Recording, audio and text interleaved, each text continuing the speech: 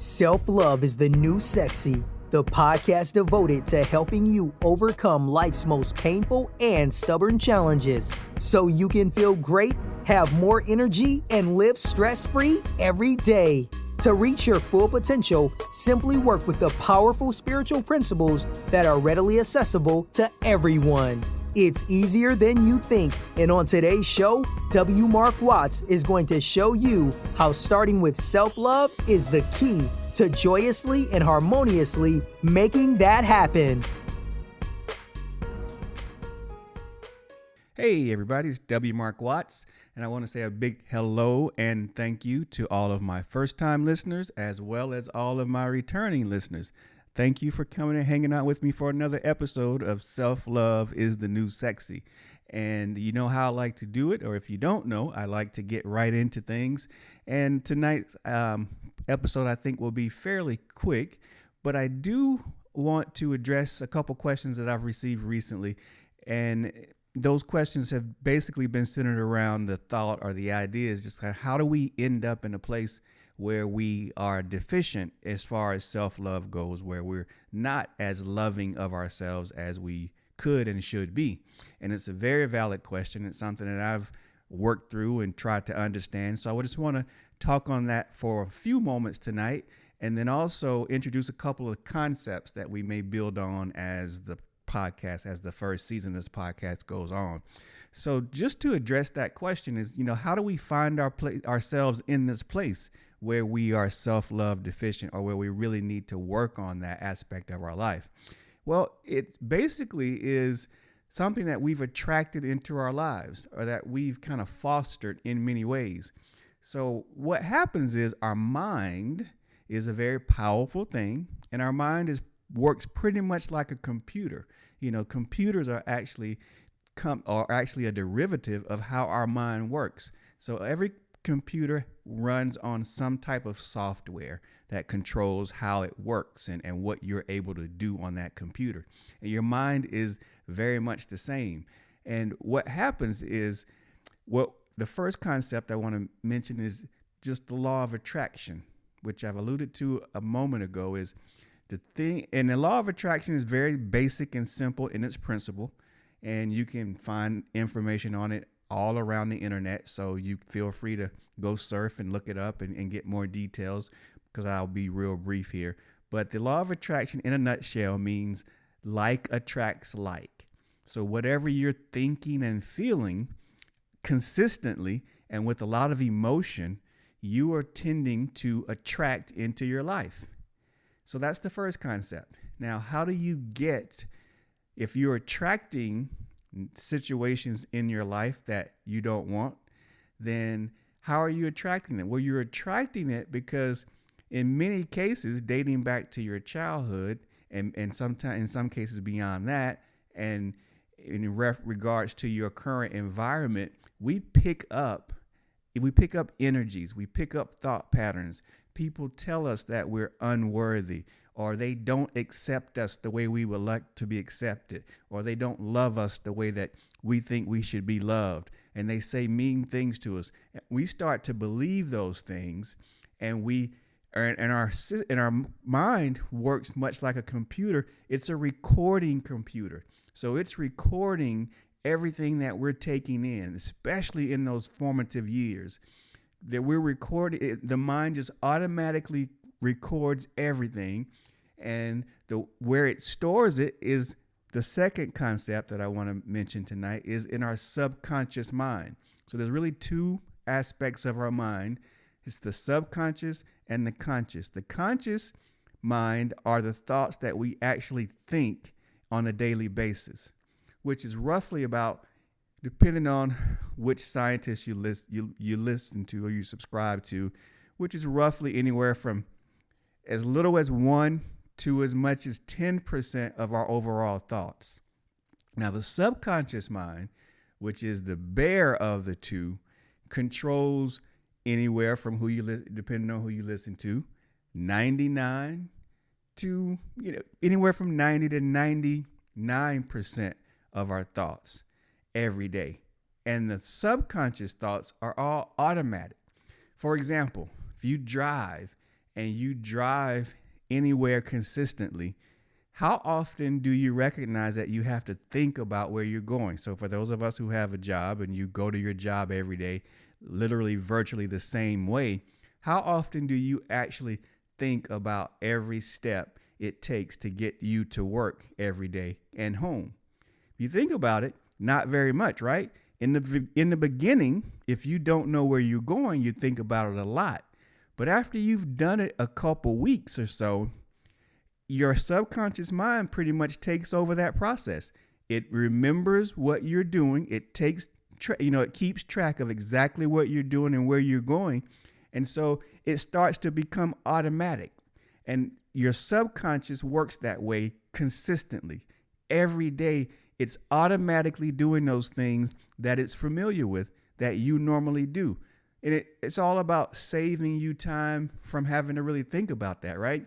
So if the subconscious is running your life, basically, and you've allowed negative things to infiltrate your subconscious, then your subconscious is playing this information in the background all day, every day. And when it's doing that, what happens is it tends to attract those thoughts, those similar people, same type events, anything that is similar to what's playing on your subconscious mind, you tend to attract into your life. Now, that manifests in negative thoughts and beliefs about yourself and about life in general. And it fosters an environment where you will be less loving to yourself simply because those negative tracks are playing in your subconscious mind over and over and over again. And that's how we grow up where we don't necessarily value ourselves as much as we could. We don't take care of ourselves as well as we could. And we have become ingrained, and we really, on a subconscious level, subscribe to a lot of the things that we grew up hearing and being a part of in our life. We hope you're enjoying today's show. If so, please take a moment to show your support for the show by leaving us a 5-star rating and review on iTunes. If you have questions for W. Mark Watts, please feel free to contact him over at wmarkwatts.com, on Instagram at wmarkwatts, or on Facebook at Self-Love is the New Sexy. And so here is the flip side. The flip side is, of course, having that knowledge. Now we have to reverse that. And how do you reverse it? Well, of course, we've got to start to change the programming in our subconscious mind.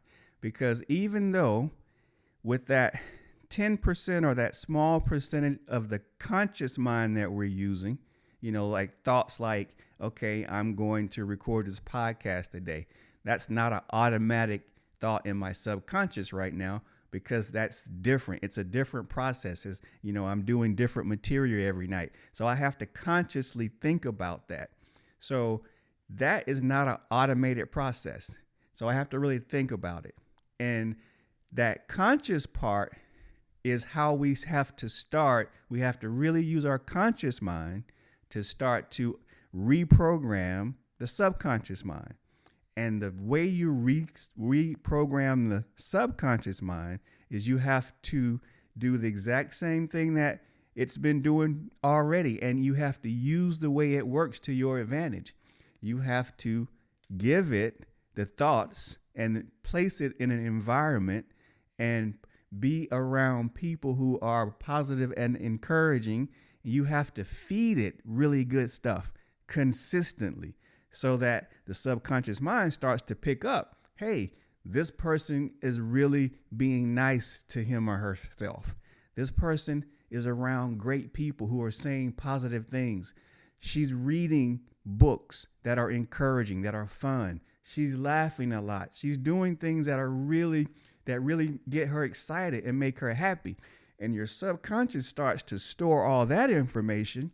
And so now as that information starts to take over the things that are already there, they become, the old data starts to get pushed to the side, and the new data that you're putting in starts to take the forefront.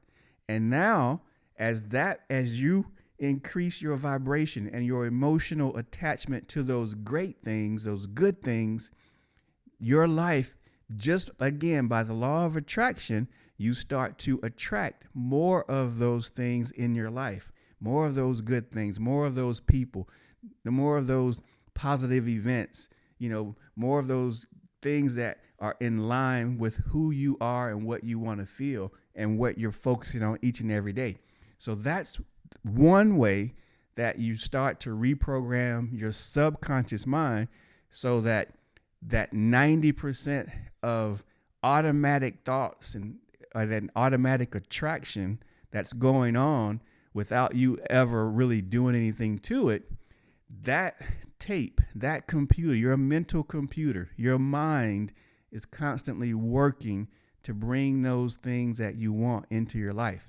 And, I can testify to that on many different occasions, and you can testify to that too if you look back at your life, because it's not an all or nothing thing.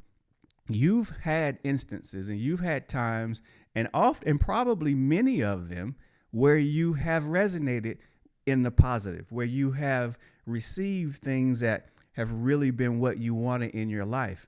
And the chances are that you attracted some of those things in your life because you were thinking positively, you were working hard, you may have been studying, you would put that stuff out there. You've programmed your mind to look for things that were connected to what your thoughts were and your wishes and your desires were, and it showed up for you. So you've done it. It's just now we got to make it a more consistent practice, and we've got to do it more on purpose, because we're after bigger goals now. We're after really making this our norm. We want to become really conscious of the thoughts that we're having, the company that we keep, the goals that we want to achieve, how happy and joyful and blissful we want to be each and every day. We want to consciously make that our main objectives every day, so that then subconsciously it becomes our main objectives every day. And then outwardly, it becomes our main attraction. Those types of things are attracted to us because that's where we're living. That's where we're thinking. That's where we're dreaming. That's who we are. And we get more of who we are. And so when you can become that super loving, super blissful, super happy person consistently, you will start to attract more of those like things consistently into your life each and every day. And again, that's the ultimate goal, is to really get there. So the takeaway from today's show is to just be aware that our subconscious is pretty much running our lives. And that's not necessarily a bad thing, because we can control it. Even though it's automatic and we can't control that aspect of it, we can control what's written in that computer program called our mind that contributes, or that is the source that the subconscious uses. So, and the way we do that is we have to feed it the thoughts, the ideas, the feelings, and the more emotionally attached you are to it, the more excited you are about the things that you have going on in your life and that you want to manifest, the greater the opportunity, the greater the chances, and the easier it will be for your subconscious mind to accept it. Subconscious mind is a really tough thing now. It's not super easy to reprogram. It takes consistent effort. And again, your emotional attachment to your new thoughts and new ideas greatly affects how quickly you're able to reprogram your subconscious mind. But that's the ball game. We've got to feed it what we want it. Garbage in, garbage out. Great stuff in, great stuff out. And with that, I'm going to end, because I'm right at the limit about where I want to be on my show today. So I hope something resonated with you today. If it did, play with it, do your research. And until the next episode, the next time we talk, take care of yourself. I look forward to talking with you all again very soon. Take care now. Bye. You've been listening to Self-Love is the New Sexy with W. Mark Watts. If you enjoyed today's show, be sure to tell a friend. Also, make sure you never miss an episode by subscribing to our show on Apple Podcasts, Stitcher Radio, or wherever you listen to podcasts.